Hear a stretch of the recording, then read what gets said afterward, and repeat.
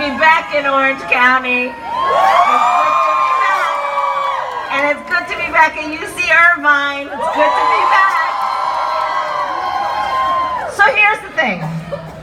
You know, many of you know my background. You know, my parents met when they were students at UC Berkeley in the 60s fighting for civil rights. Had they not been as active as they were in fighting for the ideals of our country and fighting for what we know we are and can be, I wouldn't be standing here today. So when I look out at you, these students from the University of California, I see the future.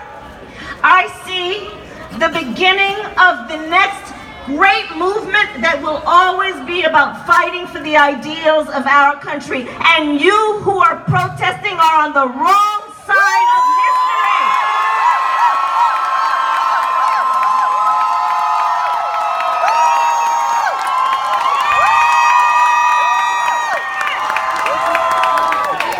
So, what this is about is a movement.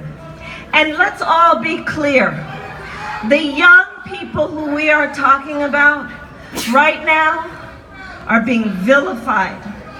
Right now are terrified.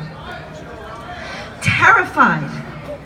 And right now there are forces that are trying to divide us as a nation. There are forces that are being fueled by hate, being fueled by this idea that we should point at each other and blame each other. And we are not going to let them divide us. We are not going to let them divide us. This is a fight that is about justice. This is a fight that is about equality. This is about a fight for the future of this country, believing in the values upon which this country was founded.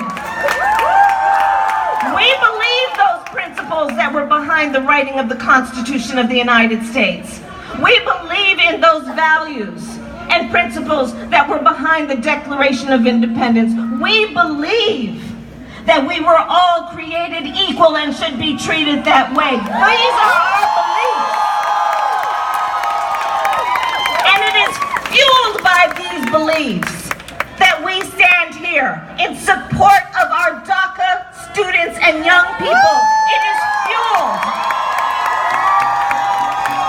by every value and principle that was the basis for the founding of these beautiful United States. It is fueled with that belief that we stand here and fight for a Clean Dream Act. And so here's the thing, guys. Stand proud.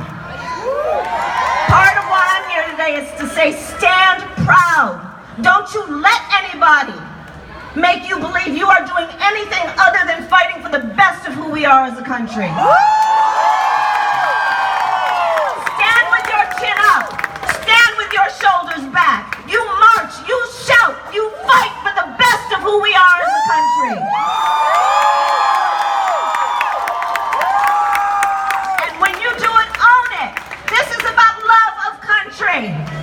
If you love our country, you will fight for its ideals. And so let's also look at where we are. The path right now is rocky. It is difficult. It is hard. We are witnessing things that we can only describe as awful and wrong and mean-spirited. But that's okay, because we keep getting out of bed every day. Because we know this is about doing the right thing. We know this is about all the young people who were brought here, some before they could walk or talk. This is about understanding that when it comes to DACA, they filled out the forms. They gave information about who they are. And the United States government promised that if you give us this information that is about your personal life and background and your family, we promised that we would not share that information with ICE. And what's happening right now? I dare say we may not be keeping our promise, and that is wrong. I said on many committees in the United States Senate, including the Homeland Security Committee. And I asked each one of the people that has been appointed to run the Department of Homeland Security, will you keep your promise to these young people and not share their information with ICE? And they would not commit. They would not commit. And the point that we've been making there and here is that, you know what, you need to lead by example. Keep your word, keep your promise. Don't break your promise to these young people. And then I sat in a hearing, and the acting Secretary of Homeland Security had the gall to say they are being compassionate. Being compassionate? You give these young people 1 month only to renew DACA status. They have to submit forms, pay $495. Well, let's think about what that means. $495 is a whole lot of money. Especially when you base that against federal minimum wage, which is $7.25 an hour. You know, that equals about 2 weeks of work to come up with $495 with only a month's notice, trying to set these young people up for failure. But you know what? People like the folks here at UC Irvine, people like the Dream Resource Center, got it together and said, we will lift up our young people. We will lift them up. We will not let them fall. They may be trying to set us up for failure, but we will not fail. That's what has been happening on this campus every day. We will not fail. We will lift them up. They want to create obstacles. They think we're going to stumble. No, we're not. We're going to walk with our chin up and our shoulders back, and we're going to be proud. That's what you've been saying here at UC Irvine.